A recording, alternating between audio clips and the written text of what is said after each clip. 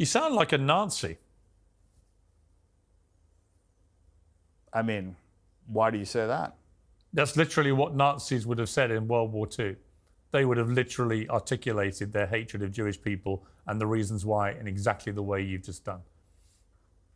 I don't have a hatred for Jewish people. You do? I don't like a religion that says that they're better than other people. And what's that?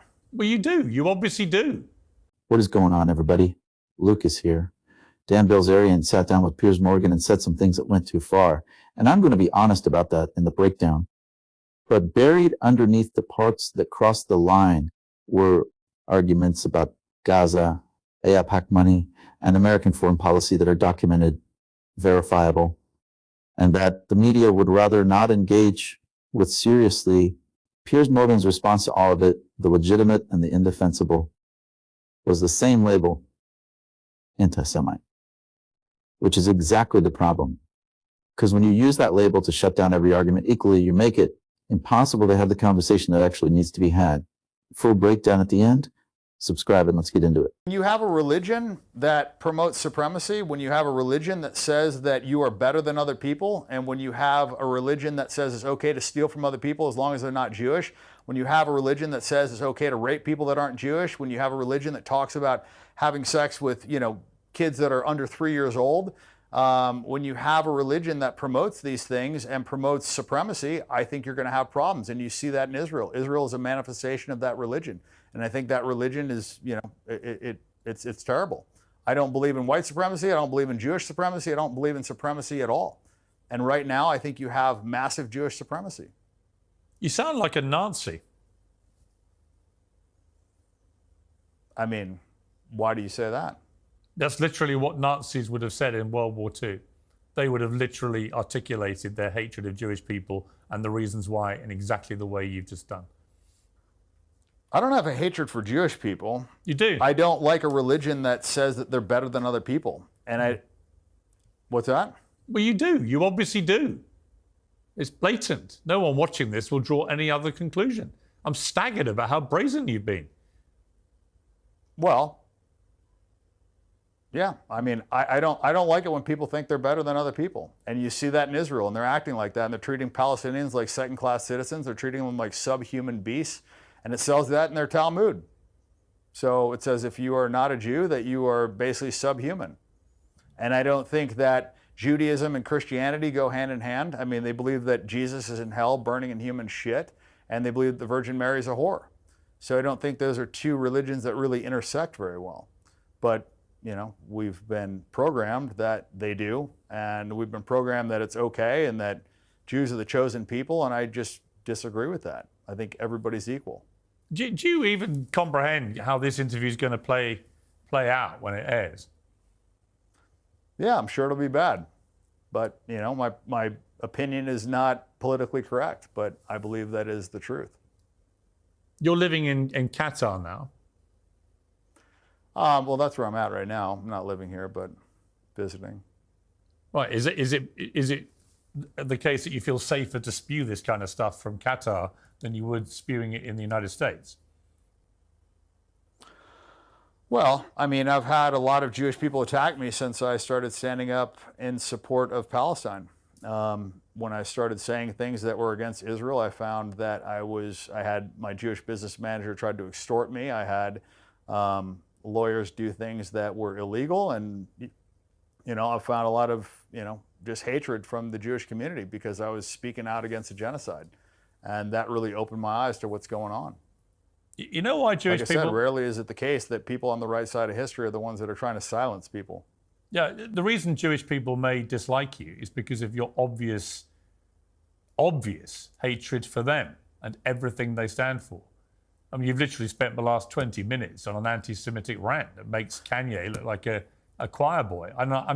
I'm staggered, but also bemused as to what you think you'll gain from this, other than you're just laying bare your anti-Semitism for everyone to see. I don't think I'm going to gain anything. I think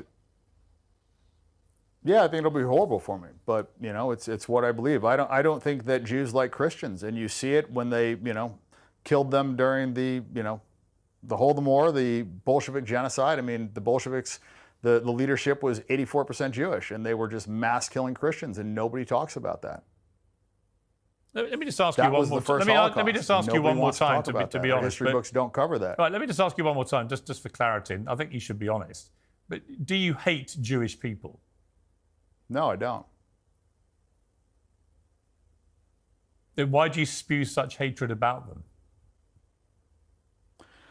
Well, I don't like what they've done. I don't like what their religion preaches. I don't like what's going on in Israel. I don't like their influence over our government. So, you know. What do you like about Jewish people? I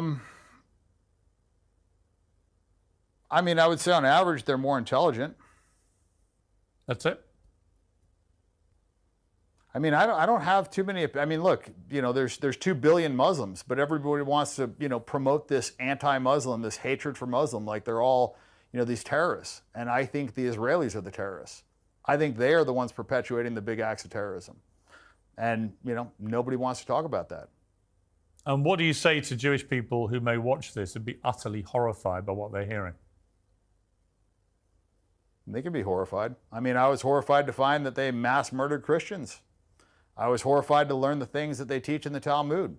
I was horrified that they think that Jesus is burning in shit in hell.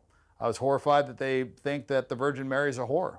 I was horrified to learn that they think it's okay to steal from Gentiles. I was horrified to hear that there's, you know, 2 sets of justice. I was horrified to find out that they think it's okay to, you know, gang rape Palestinian prisoners.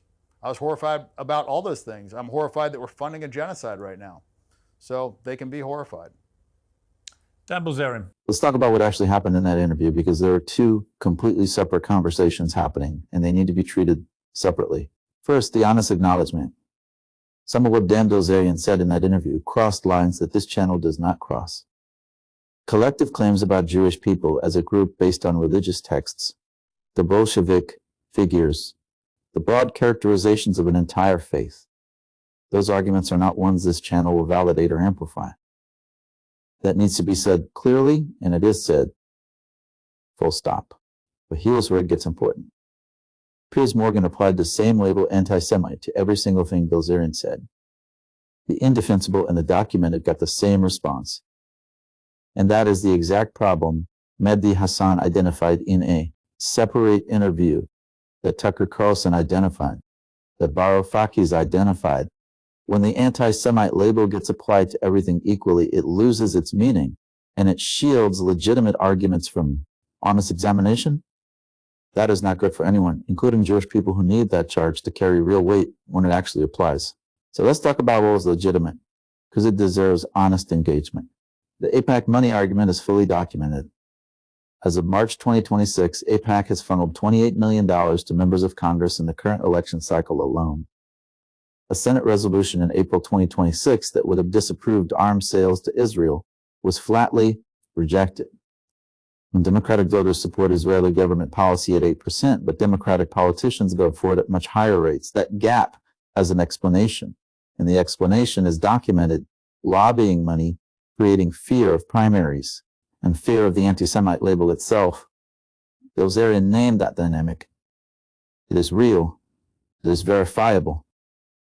And Morgan's response was to reach for the label rather than engage the documented record. The Gaza humanitarian catastrophe is not a talking point.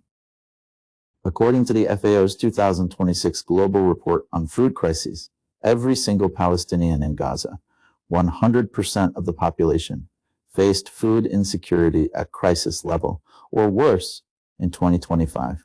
90% of the population is in phase 4 or 5 of acute food insecurity. Those are not Dan Bilzerian's numbers. Those are United Nations documented figures. Calling what is happening in Gaza a genocide is a position held by the International Court of Justice, which used the word plausible in a formal legal ruling. It is a position held by major international humanitarian organizations. It is a position now held by a majority of Democratic voters, according to Gallup. Bilzerian said it. Morgan called him an anti-Semite. The numbers exist regardless of who said them. The public opinion shift is the data point that makes Morgan's approach most clearly a losing strategy. A February 2026 Gallup poll showed For the first time, Americans sympathize more with Palestinians than Israelis. Among Democrats, 65% now sympathize with Palestinians, while only 17% side with the Israeli government. The 35 to 54 demographic has flipped decisively. This is not fringe opinion anymore. This is the majority of the American public arriving at conclusions the establishment has spent years trying to prevent through exactly the kind of label deployment Morgan used in that interview. Here is the bottom line. Dan Bilzerian said things in that interview that were wrong, that were harmful, and that this channel does not support. That is true and it matters. But Piers Morgan's refusal to separate those things from the documented arguments about Gaza, about AIPAC, about American foreign policy being shaped by donor money rather than American national interest, that refusal is itself the story. Because every time a legitimate argument gets buried under the same label as an indefensible one, right, the conversation the public desperately needs to have gets shut down for another news cycle. The receipts on Gaza exist. The AIPAC money is documented. The polling has shifted.